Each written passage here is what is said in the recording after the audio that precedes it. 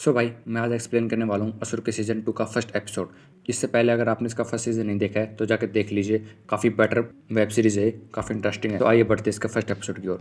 तो कहानी की शुरुआत में हमें दिखाया जाता है शुभ, जो लड़का जो कि समुद्र कर रहा होता है, उसके बचपन का कैरेक्टर, जो कि अपने तीनों दोस्तों के साथ बैठा हुआ होता है और उनसे बातें कर रहा होता है, उसको कुछ ज्ञान बांट रहा होता है। और बताया जाता है स्टार्टिंग में ही कि युद्ध होने के बाद अर्जुन बचे हुए नगरवासियों को लेकर हस्तिनापुर जा रहे थे। एक रास्ते में कुछ लुटेरे आते हैं उनको लूटने के लिए। अब लुटेरों को देखकर अर्जुन अपने जो भी अस्त्र होते हैं उसका समरण करने की कोशिश करते हैं, लेकिन पता चलता है कि युद्ध के बाद उससे वो अस्त्र छीन लिए गए और वहीं से बहुत सी स्त्रियों का अपहरण करके वो लुटेरे भाग गए और उनका कुछ सामान भी लेकर भाग गए।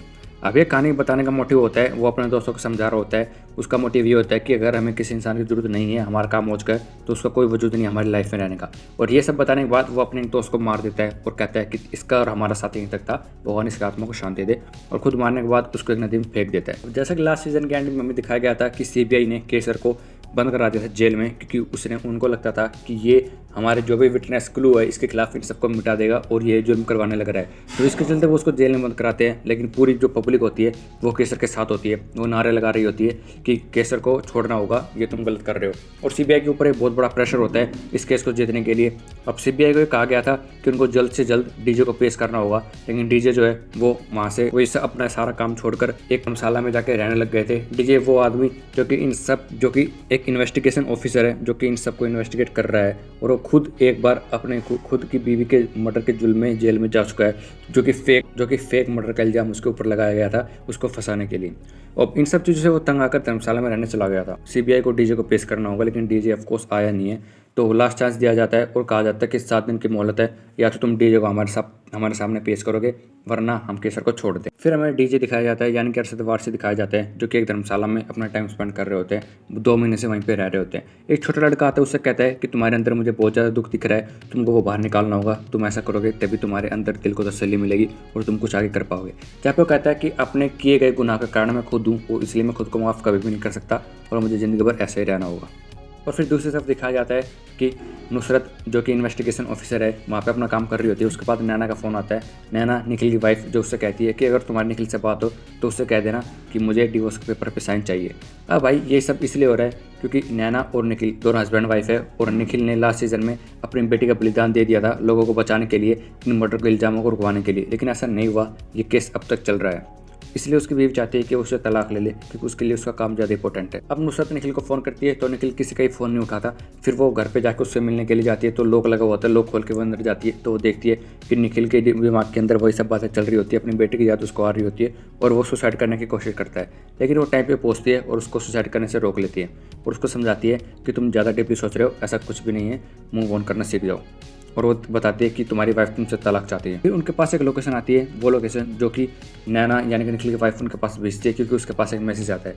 और वो लोकेशन होती है भाई उसी मर्डर की, जो कि सीबीआई के पास एक इन्फॉर्मेशन भेजता है कि इस जगह पे जाओ, तुम्हें इस जगह पर बॉडी मिल जाएगी जिसको उसने मारा है। वो हमेशा ऐसा ही करता है, मारने के बाद क्लू भेज देता है सीबीआई के पास ताकि वो जाके बॉडी को इन्वेस्टिगेट कर सके, और वहाँ से उनको पता चलता है कि अगला क्लू कौन हो सकता है। अब सब जाके वहाँ पे पहुँचते हैं, जो कि एक बर्फ़ की फैक्ट्री होती है, गोडाउन होता है, और वहाँ पे उन्हें दिखती है एक लाश जो कि बर्फ़ के अंदर दफन हुई होती है। अब वो बर्फ़ को तोड़ते हैं और लाश को निकालते हैं। अब लाश पर टाके लगे हुए होते हैं। टाके देख कर निखिल समझ जाता है कि जरूर उसके अंदर कुछ छुपा हुआ है जो कि हमारे लिए उसने छुपा के रखा है ताकि हम आगे इन्वेस्टिगेट कर सके।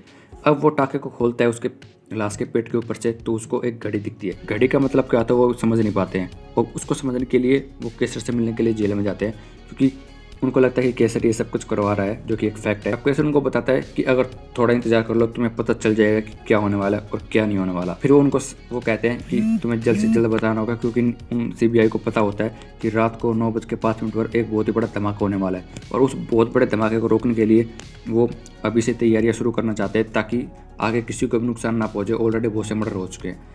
इसलिए वो केसर से पूछते हैं, जहाँ पे केसर निखिल को और भड़काता है, उसकी बेटे की याद दिलाकर, और कहता है कि तूने अपनी बेटी का बलिदान दिया लेकिन वो भी वेस्ट गया। ऐसी बात करके वो उसको और गुस्सा दिलाता है।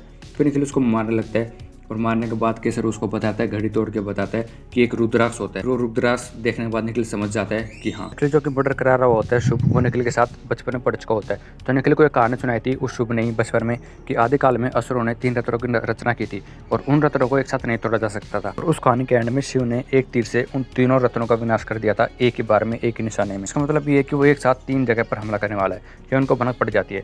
अब ये पता लगाने के लिए कि किस किस जगह पे हमला करने वाला है, निखिल आइडिया लगाता है। उसको पता चलता है कि ये क्लू भी हमें बॉडी से मिलेगा, अगर इतना क्लू पता चल गया तो वो बॉडी की लाश का दांत तोड़ते हैं। 3 दांत तोड़ने पर उनको उसके अंदर 3 चिप लगी हुई होती है दांतों में, और तीनों चिप से पता लगता है कि क्या क्या लोकेशन होने वाली है।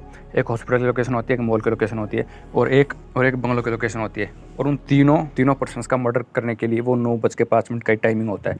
और पूरा जोर लगा लेते हैं CBI वाले, पुलिस वाले। लेकिन भाई वो लाइव प्रसारण करता है शुभ, सारे नेटवर्क को हैक कर लेता है और सारे सिनेमा हॉल्स में, सारे फ़ोन्स में, जितने भी स्क्रीन है दुनिया में, उन सबके ऊपर अपना चेहरा लेके आता है, यानी कि वो मास्क वाला चेहरा, और सबके सामने कहता है कि तुम्हारे जो भी सेफ्टी वाले हैं, तुम जिन पर आँख बंद करके भरोसा करते हो, उसके बस उनके सबके बस के कुछ भी नहीं है। मैं तुम्हारे सामने तीनों लोगों को 9:05 पर मारने वाला हूँ। 5 मिनट है तुम्हारे पास, तुम्हारे सामने लाइव मारूंगा, तुम देख लेना कि तुम्हारे रक्षक कितनी रक्षा करते हैं तुम्हारी। और भाई ऐसा करके वो उन तीनों को मार डालता है। एक अटैक आता है तीनों को एक साथ, और तीनों के तीनों वहीं पर दम तोड़ देते हैं। ये जताना चाहता है कि वो उसके टाइम में कोई भगवान नहीं है, तुमको सिर्फ कलिग को मानना चाहिए, क्योंकि कलिग है तो तुम्हारी ज़िंदगी, अगर कलिग नहीं है तो तुम मर जाओगे। ऐसे करके वो उनका ब्रेन वॉश करना चाहता है। तो ये होता है हमारे फर्स्ट पार्ट की एंडिंग। और एक इंपॉर्टेंट पार्ट ये होता है कि ये सब कुछ डीजे भी देख रहा होता है धर्मशाला में, इसलिए वो अपना फैसला बदल लेता है और वापस काम पे आने के लिए ठान लेता है, और नैना से जाके कह देता है कि मैं तुम्हारे साथ काम करूँगा। तो यहाँ पे हमारी फर्स्ट पार्ट की एंडिंग खत्म हो जाती है, जिसमें हमें दिखाया जाता है कि तीनों बंदे एक साथ मर चुके हैं। सो भाई मिलता हूँ सेकंड एपिसोड के साथ। अगर एक्सप्लेनेशन अच्छी लगी हो चैनल को सब्सक्राइब कर देना। फिर मिलता हूँ अगली वीडियो में, तब तक के लिए जय श्री राम।